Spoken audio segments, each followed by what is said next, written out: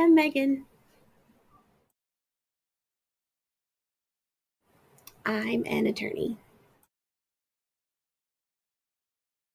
I get a lot of dockets for cases that are set, and I would always have to go through them and figure out what it was that they were set for and what the case was and all the information about it. And it just took a long time.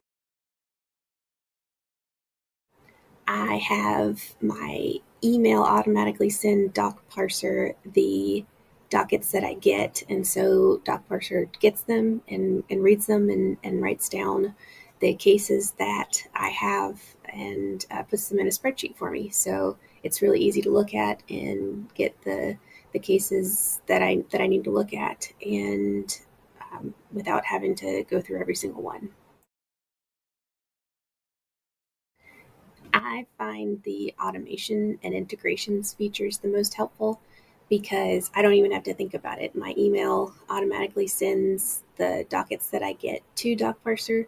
Docparser accepts them via email and then automatically reads them, parses them, that's the right word, and then puts them in my spreadsheet. So all I have to do is just look at my spreadsheet that I then can work from.